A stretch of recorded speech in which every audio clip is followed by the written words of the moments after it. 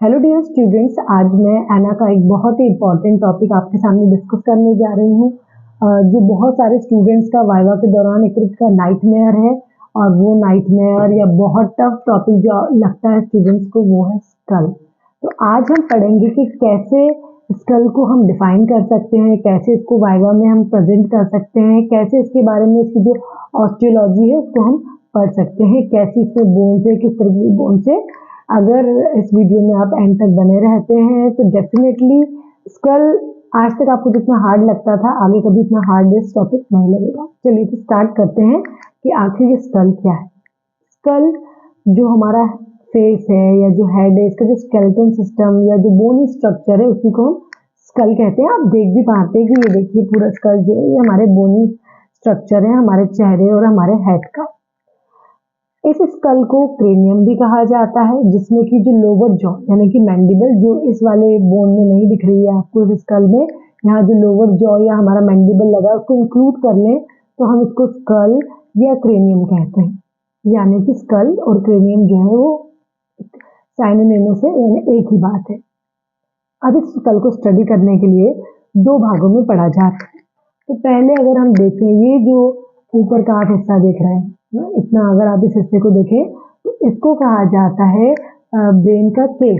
Brain का case का मतलब क्या मतलब होता है कि अगर इसको हम हटा दें, यहाँ से कट कर दें, तो आप देखेंगे कि अंदर की तरफ आपका जो ब्रेन है वो यहाँ पर सिचुएटेड होता है, इसके जस्ट नीचे की तरफ। ये बोन उसको प्रोटेक्ट करके रखती है, इसलिए इसको ब्रेन केस बोलते हैं। इसके बाद ये जो आगे वाला हिस्सा है, ये जो पार्ट है, इसको बोलते हैं हम फेशियल हिस्सा, यानी कि फेशियल बोन। तो अब आपके पास कितनी बोन्स हो गई? ऊपर वाला हो गया आपका ब्रेन केस जिसको हम बोलते हैं कैलवेरिया, और सेकंड वन हो गए फेशियल बोन्स। तो जो आपका स्कल है ये बेसिकली दो टॉपिक में पढ़ा जाता है। पहला क्या होता है? पहला होता है कैलवेरिया या हमारा ब्रेन का केस, एंड सेकंड वन होती है फेशियल बोन्स, यानी कि हमारे चेहरे की बोन्स। अब देखने में हमको ये सिंगल एक स्ट्रक्चर नजर आ रहा है, लेकिन इसमें बहुत सारी सेवरल बोन्स होती हैं। कितनी होती है बोन्स? ये 28 बोन से मिलकर बना होता है, यानी कि 28 बोन इस पूरे स्ट्रक्चर को मिलकर बनाती है। अब वो जो 28 बोन है उनको भी हम दो पार्टों में डिवाइड कर लेते हैं।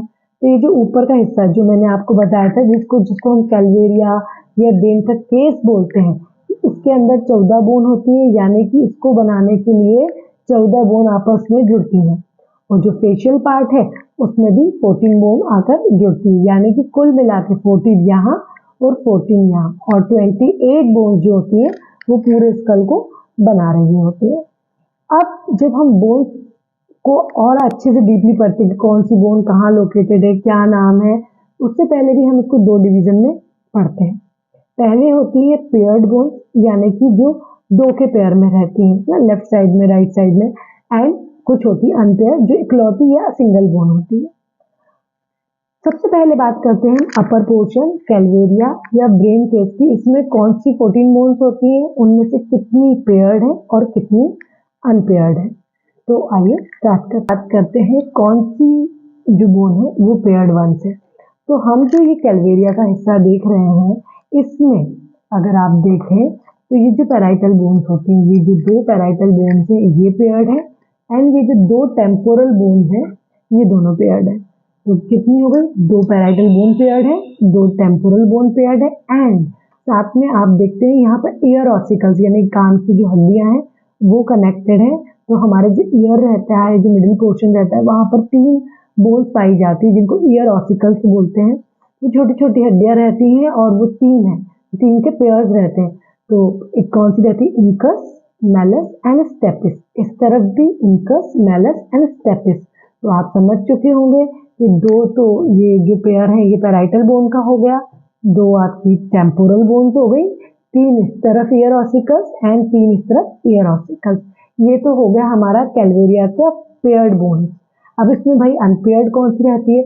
सबसे पहली जो अनपेयर्ड बोन है इसकी वो है हमारी फ्रंटल बोन। ये जो आप देख रहे हैं पोर्शन, ये फ्रंटल बोन है और ये अनपेयर्ड है। देन आप देख रहे हैं ये जो ऑसिपिटल बोन है ये भी अनपेयर्ड बोन है, यानी इनका कोई पेयर नहीं होता, ये सिंगल होती है। इसके साथ साथ यहाँ आप देखेंगे सेफेनॉइड बोन। सेफेनॉइड बोन बटरफ्लाई शेप की होती है, अंदर की तरफ पाई जाती है, ये भी अनपेयर्ड होती है। और अंदर ही एक और बोन होती है जिसे बोलते हैं हम एथिमॉइड बोन। तो कितनी हो गई अब हमारे पास? हमारे पास अनपेयर्ड में हो गई फ्रंटल, ऑसिपिटल, सिफिनॉइड एंड एथिमॉइड बोन। तो ये हमारे कैलवेरिया पोर्शन की या ब्रेन केस की 40 बोन्स। इसके अलावा अब हम जब सेकंड पोर्शन की बात करते हैं यानी कि फेशियल बोन्स की, यहाँ इसमें कौन कौन सी बोन्स हैं और कितनी पेयर है, कितनी अनपेयर है की बात करते हैं। तो सबसे पहली जो पेयर्ड वन होती है वो होती है हमारी ये मैक्सिला, फिर होती है हमारी नेजल, यहाँ इस तरफ हो जाती है हमारी लेक्राइमल एंड हमारी जाइगोमेटिक, इधर आ जाती है पैलेटाइन और अंदर की तरफ होती है इंफीरियर नेजल कॉन्चा। ये जो बोन मैंने आपको अभी बताई ये कैसी होती है? पेयर्ड में होती है, यानी कि ये दो दो के सेट में होती है। अब इस वाले पोर्शन में अनपेयर कौन सी होती है? एक होता है मैंडिबल जो आपको दिख नहीं रहा, और एक होती है यहाँ पर वुमर। तो कितने हो गई हमारे पास फेस में? फेस में अगर हम काउंट करें तो सबसे पहले हो गई, हम इसको एक बार रिवाइज करें तो दो होती है हमारे पास मैक्सिला, यहाँ तक ये मैक्सिला, उसके बाद होती है नेजल, फिर लेक्राइमल, जाइगोमेटिक, देन होती है हमारी यहाँ पर पैलेटाइन और इंफीरियर नेजल कॉन्चा। और जो अनपेयर वाली वो होती है वो कौन सी होती है? एक होती है यहाँ पर हमारा लोअर जॉ वाली मैंडिबल और एक होता है हमारा यहाँ पर वुमर। अब हम बात करते हैं, जब हम किसी भी चीज को, बोन को आपस में जोड़ते हैं तो हमें जॉइंट्स चाहिए। ज्यादातर स्कल में जो जॉइंट्स होते हैं वो प्राइमरी कार्टिलेजिनस जॉइंट होते हैं जो आपस में फ्यूज हो जाते हैं और बेसिकली ज्यादातर सूचर्स रहते हैं।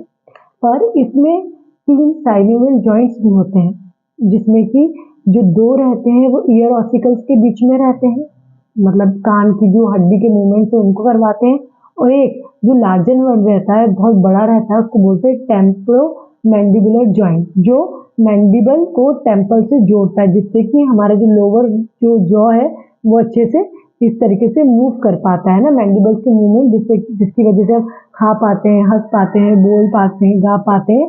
तो वो सारा जो भार रहता है वो कौन से जॉइंट पे रहता है?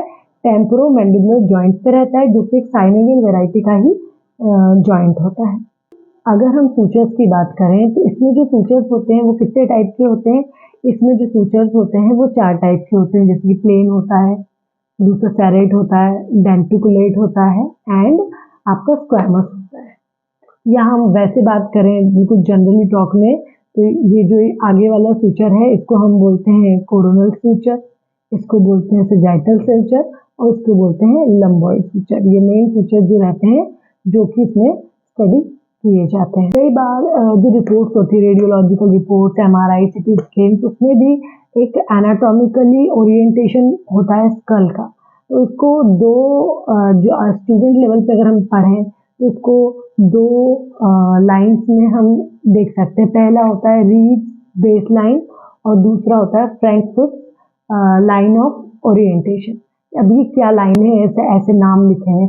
रीड्स बेस लाइन जो रहती है, जो हमारा ये इंफ्रा ऑर्बिटल मार्जिन रहता है, वहां से अगर हम एक लाइन खींचें और उसको जो हमारा एकॉस्टिक मैटर्स है उसके सेंटर में लेकर आ जाएं, सेंटर तक एक लाइन ड्रॉ करते हैं, अगर हम इस तरीके से एक सेंटर में लाइन ड्रॉ करते हैं तो इसको बोलते हैं, इसको हम ऑरिकुलर लाइन भी बोलते हैं।